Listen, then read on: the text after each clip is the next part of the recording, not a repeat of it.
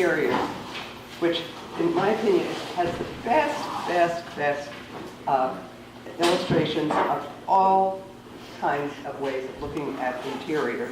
Different styles, different, these very immediate, from the kind of thing that many of you who do traveling workshops, you're in your hotel, looking out over the Mediterranean, say, and this is your interior, actually, and it's a very personal, wonderful way of committing. It's kind of a sketchbook kind of thing, but these become great paintings where you can tell they embrace a wall or a curtain. It's just one step from these to so many of Matisse's paintings, which I'm sure you are also aware of. So this is a book to take a look at. I also brought in Fairfield Porter, whom many of you know. He is not a great exemplar of watercolor, but of interior. I'm trying to think of any watercolor, but he did some wonderful prints, works on paper, which have a watercolor character. They're just another way of people looking out. Inside, outside. Inside, outside, looking through the windows, doors, framing, the framing that is provided by that. He incorporates people all the time in his things. This, which is he, long before Charles Reade, he was, nailing this sort of backlit, planar table in front of a window kind of thing. Yeah, and it's very much, actually, I think his place, where is it? It's Spruce Head Island, where there's a continuous workshop school that goes on to this day with members of the Porter family. But this is a wonderful little example. That's a portrait. These become interiors and sort of self-portraits of your. This is William Wegman's. I don't know how many people saw this exhibit in Maine a couple of years ago. William Wegman is the man who put, what are they called, Weimaraners in art. He's the dog guy. He's the dog guy, and if you've ever seen his Red Riding Hood, you know. Weimaraners was He's wacky, really wacky. But wackiness is one of the best ways to access another self in your art. So go with Wegman. What I took, and we did this once, and nobody seems to remember it, so maybe I cleaned it. In this exhibit, he had these wonderful pieces that were composed of incorporating old postcards that you can find very readily everywhere, in the country. You can find boxes of wonderful old boxes. And in Maine, there are just tons of them. He incorporates them and expands them out, and so he has a story to tell. So here's the postcard. He was known most for his photographs. But in this, he did all sorts of things. His sense of humor and irony, and just, really weird and edgy, is all over it. So here is another example. Here's the postcard, and then he creates this whole painting. He expands as though the postcard, as though this scene, you can see through the doors. So another example of interior. Interior, exterior. And there are other examples in here. Anyway, inspired by that, and you might ask why, but don't ask. Here's another one, wonderful one. One of those postcards of, as he calls it, hello nature, kind of, hi from Maine, that kind of postcard. So here is somebody water skiing in 1948 or something. And then he's created a room, and it's a window. You're looking out onto the lake and seeing her coming home for lunch. Inspired by that, I did this exercise once that no one remembers. So here is a Vuillard.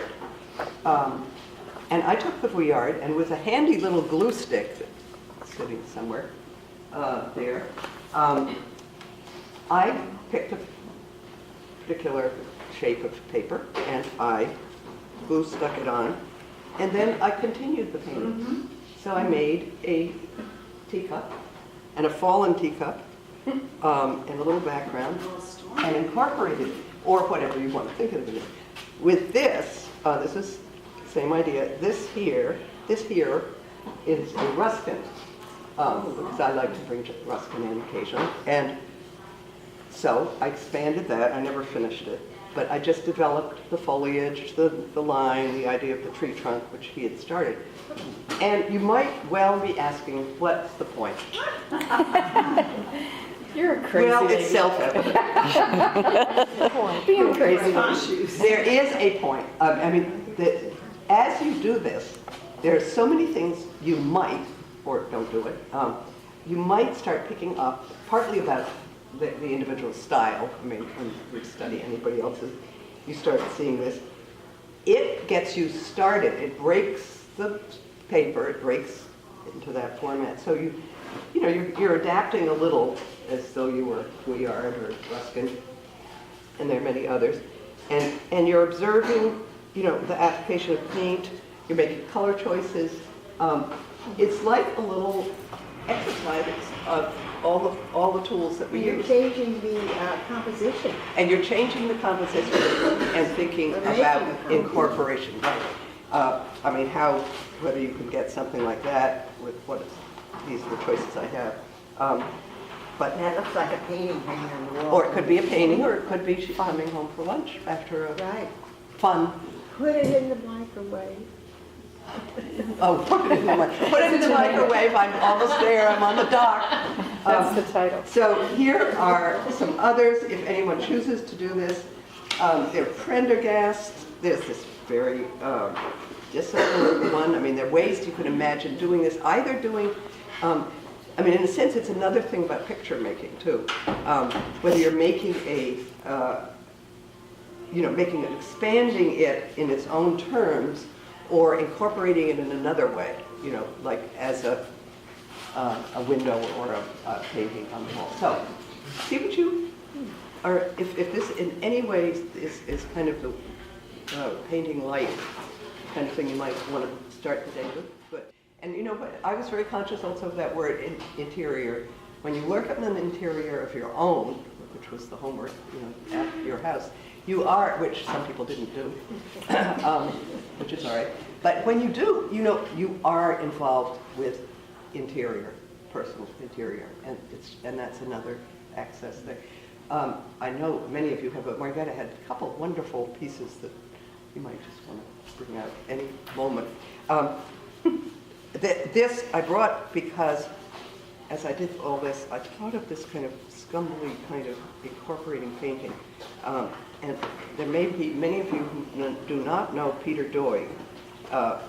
And this is somebody to take a look at. So that's another thing. Here is a Margareta. In fact, this is perfect. This is her first interior. And I did something very similar. And then Margareta, so I'm quoting Margareta, she said, it was boring. It was just my living room, and I didn't, so I kept expanding it. And then, partly with great new insights, she moved into a different way of using the space and the important interior things that were going on in her surroundings, and developed into much more of a real construct, and composition. I mean, the composition is so much more thought through in this. I mean, this is absolutely fine. I mean, a lot of this is just, what do you look at? Boy, that's fine. But these became constructed statements. So I love the white spaces she's got. that's one huge difference, isn't it? Yes. And the use of pen comes in. Yes. And using pen, and that so often people say, well, I think I might take my pen to it, or I'm going to come back or something. When you do, I mean, that is a very expressive action, using a pen, and you start, and it makes you define your spaces.